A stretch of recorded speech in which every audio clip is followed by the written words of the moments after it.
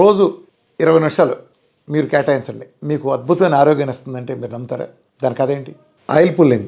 ఈ మాట పాత జనరేషన్ వాళ్ళకి బాగా తెలుసు, మా ఏజ్ గ్రూపు, మా పైన వాళ్ళకి. ఇప్పుడు జనరేషన్ పెద్ద తెలియదు. ఒక టైంలో ఇది ఒక ఊపు ఊపింది. 1900 సంవత్సరం ఆ ప్రాంతాల్లో, అంటే 80 ఎండింగ్ల ప్రాంతాల్లో ఇది దేశాన్నే ఒక ఊపు ఊపింది, ఒక రాష్ట్రాన్నే కాదు. ఎవరు చెప్పారో తెలియదు, ఏం చెప్పారో తెలియదు. అప్పట్లో సోషల్ మీడియా లేదు. కానీ ఎలా పడిందో కానీ అది ఆయిల్ పుల్లింగ్ అంటే, ఆయిల్ పుల్లింగ్ చేస్తే అసలు తగ్గని రోగం అంటూ లేదంట. క్యాన్సర్ల దగ్గర నుంచి అసలు వాళ్ళు చెప్పని లిస్ట్ లేదు. అంటే చచ్చిపోయినట్టు కూడా బతుకుతాడనే రేంజ్లో దాని బిల్డప్ అప్పట్లో వచ్చింది. వచ్చిన చావేంటంటే ఎవడో లేడు దాని గురించి. ఆ ప్రతిపాదన చెప్పినాడు ఎవడికి తెలియదు. ఇప్పుడు నేనున్న ఒక డైట్ చెప్తున్నా, సో వీఆర్కే డైటు, ఈయన ఎలా కాంటాక్ట్ చేయాలి, ఈయన రెస్పాన్సిబిలిటీ, ఓ నెంబరు ఇలా తెలుస్తుంది. ఇంకొక ఆయన చెబుతూ ఇంకొక ఆయన పలానా అని చెప్పాడని సోషల్ మీడియాలో దీంట్లోనూ పలానా ఒకటి ఉంటుంది. ఇదేం లేదు, జస్ట్ మౌత్ టాక్. అంటే దాంతో ఏమైందంటే ఎవరికాళ్ళు గురువులు అయిపోయారు. ఒక సిస్టమ్ లేకుండా ఏంటంటే ఇష్టం వచ్చినట్టు వెరితెల్లేసి మామూలుగా ఏదో పొద్దున పూట చేస్తే మంచిదని స్టేజ్ నుంచి 4 పూటలు చేస్తే ఇంకా మంచిదని రకరకాలు చేసి వికృత విన్యాసాలన్నీ చేశారు. చేయటం వల్ల ఏమైందంటే యాక్చువల్గా ఒరిజినల్గా ఉండే పర్పస్ దెబ్బతింది. నిజానికి దీని చరిత్ర ఏంటంటే, వేల సంవత్సరాల నుంచి ఉండే మనకి ప్రపంచానికి మార్గదర్శిగా, ఆరోగ్యానికి దిక్సూచిగా నిలిచిన ఆయుర్వేద గ్రంథాల్లో కానీ, చైనీస్ ట్రెడిషనల్ మెడిసిన్లో కానీ దీని ప్రస్తావన ఉంది. ఆ రోజుల్లో చక్కగా మంచి తైలాన్ని ఆయిల్ పుల్లింగ్ చేయడం ద్వారా కొన్ని రోగాల నివారణకి, ముఖ్యంగా డెంటల్కి సంబంధించిన ప్రాబ్లమే కాకుండా కొన్ని రకాల ఇన్ఫెక్షన్స్ కానీ వాటి కోసం ఉపయోగించేవాళ్ళు. ఆయిల్ పుల్లింగ్ అంటే ఏంటంటే ఏది పడితే చేయమని కాదు మీనింగ్. ఇప్పుడు ఆయిల్ పుల్లింగ్లో 2 రకాలుగా చేస్తారు.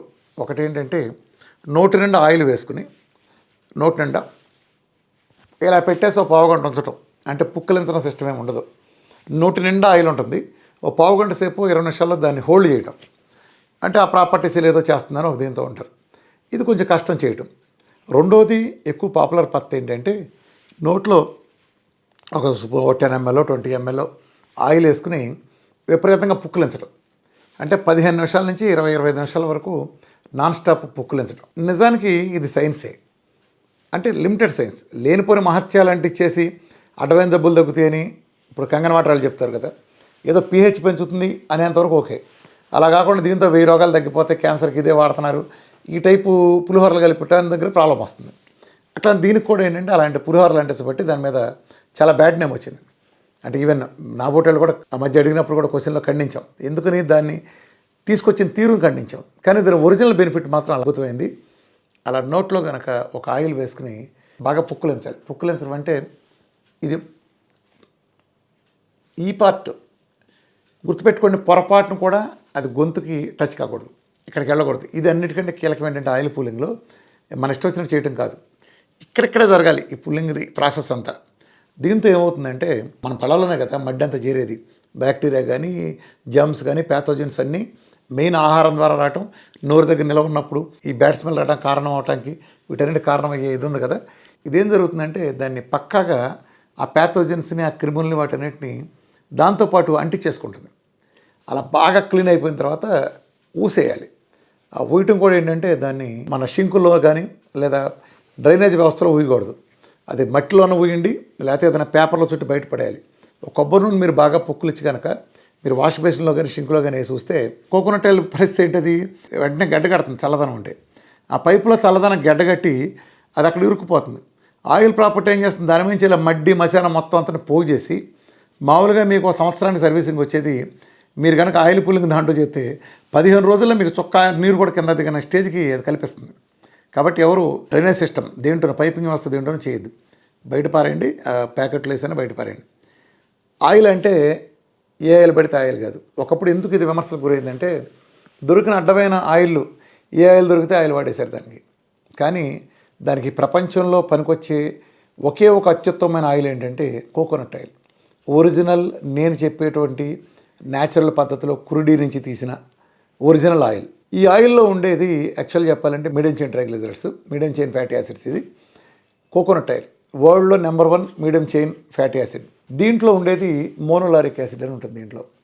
యాక్చువల్గా మనం ట్రైగ్లిజరైడ్స్ అంటే ట్రై 3, అంటే ఒక గ్లిజరాల్ మాలిక్యూల్కి 3 ఫ్యాటీ యాసిడ్స్ కలిస్తే అది ట్రైగ్లిజరైడ్స్. అదే డైగ్లిజరైడ్స్ అంటారు. అంటే ఒక గ్లిజరాల్కి 2 ఫ్యాటీ యాసిడ్స్ కలిస్తే అది డైగ్లిజరేట్స్. అట్లనే మోనోగ్లిజరేట్స్ అంటే ఒక గ్లిజరాల్ ఉంటుంది, దానికి ఒకటే అటాచ్మెంట్ ఉంటుంది ఫ్యాటీ యాసిడ్, అది మోనో. అలానే ఏం అటాచ్ కానీ ఉంటే అది ప్లెయిన్గా ఉండే ఫుల్లీ సాచురేటెడ్ ఫ్యాట్ కింద లెక్క. ఈ రెండు లాస్ట్ చెప్పిన రెండు కూడా ఇది యాంటీ ప్రాపర్టీ గుణాలు కలిగి ఉంటాయి. ఫస్ట్ డైగ్లిజరేట్స్ కానీ ట్రైగ్లిజరేట్స్ కానీ యాంటీ మైక్రోబియల్ లక్షణాలు ఉండవు. నేను చెప్పాను కదా మోనోగ్లిజరేట్స్ అని, దానికి మాత్రమే ఉంటుంది. మోనోగ్లిజరేట్స్ అంటే మనకు అందుకే చూసారా మీరు, మన కోకోనట్ ఆయిల్లో ది బెస్ట్ ఏం చెప్తారు, క్యాప్రిక్ యాసిడ్, క్యాప్రిలిక్ యాసిడ్ ఇలాంటివి ఉన్నప్పటికీ బెస్ట్గా చెప్పేది మోనోలారిక్ యాసిడ్, అంటే మోనోలార్ అని అంటారు. మోనో కాబట్టి అది అంత పనిచేస్తుంది.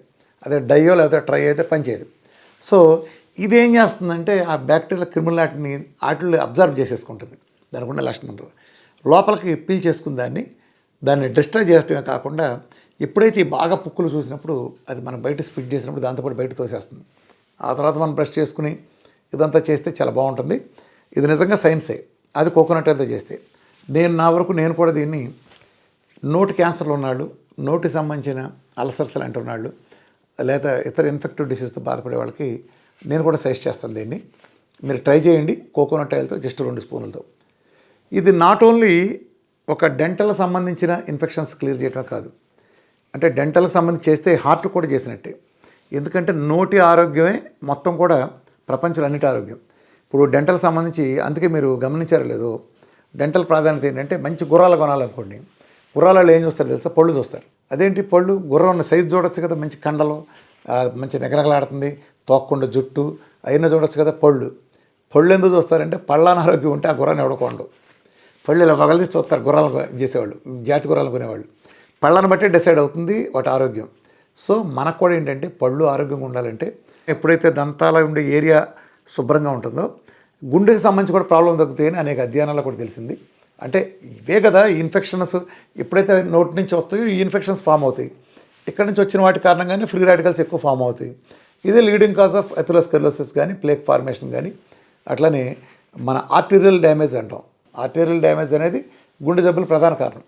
సో ఎప్పుడైతే ఆ డ్యామేజ్ కలగజేసే ఐటమ్స్ అన్ని దీని ద్వారా తొలగిపోతాయో గుండెకి సంబంధించి ఇండైరెక్ట్ గుండె రిస్క్ తొలగిపోయినట్టే. సో రెండో లాభం ఏంటంటే మీరు ఎప్పుడైతే ఆయిల్ పుక్కులను చూసారో ఆయిల్ వలన మీరు ఒక 20 నిమిషాలు ఇలా అంటే మొహానికి యోగా చేసేసినట్టే. ఇప్పుడు మనం మెడ తిప్పి చేస్తాం యోగాలో, కానీ ఇదేంటి పరిస్థితి, మొఖానికి ఎప్పుడైతే మీరు కనుక చేశారో ఈ కండరాలన్నీ అద్భుతంగా ఒక ఎక్సర్సైజ్ దీని కారణంగా ఏంటంటే వాళ్ళ మొఖాలు వెళ్ళిపోతూ ఉంటాయి. నిజంగానే ఫేస్ చాలా గ్లో వస్తుంది. ఫేస్ ఎక్సర్సైజ్కి అద్భుతమైన ఇది ఉంది. ఇలా అంటారు సాగదీసి స్ట్రెచ్, అది ఒక 20 నిమిషాలు అంటే బలవంతానే యోగా చేయించినట్టే.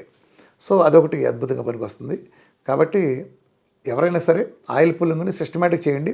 నేనైతే ఇన్ఫెక్టివ్ డిసీజ్ ఉన్న వాళ్ళకి, అలానే హార్ట్ ఇష్యూస్ ఉన్న వాళ్ళకి, లేదా ఇతర ఉన్న వాళ్ళకి కూడా నేను ముఖ్యంగా డెంటల్ సంబంధించిన క్యావిటీస్ ప్రాబ్లం, అలానే గమ్ డిసీజులు ఉన్నాళ్ళు, గమ్ నుంచి చిగురుల నుంచి రక్తం వస్తుంది, వాళ్ళందరూ కూడా కొబ్బరి నూనెతో ఆయిల్ పుల్లింగ్ రోజు 20 నిమిషాలు చేయండి. రోజు చేయలేకపోయినా కనీసం వారంలో 3 సార్లు చేయడానికి ట్రై చేయండి. చేసిన తర్వాత మీరు ఆ అబ్జర్వేషన్ మీకే తెలిసిపోతుంది. ఇదైతే 1000% సైన్స్. మన ఆయుర్వేదిక్ 1000 సంవత్సరాలుగా చెప్పింది అదే. సుశ్రుతుడు కానీ చరకుడు కానీ రాసినట్లు కూడా దీని ప్రస్తావన ఉంది. సో ప్రాచీన ట్రెడిషనల్ మెడిసిన్తో సహా అన్నింటిలో ఉన్నాయి. కాబట్టి దాన్ని ఎగతాళి చేయకుండా ఇది అద్భుతమైనది ఉందని తెలిసి ప్రతి ఒక్కళ్ళు పాటించవచ్చు. ముఖ్యంగా క్రానిక్ డిసీజ్ వాళ్ళకి నేను సూచిస్తాను. Thank you very much.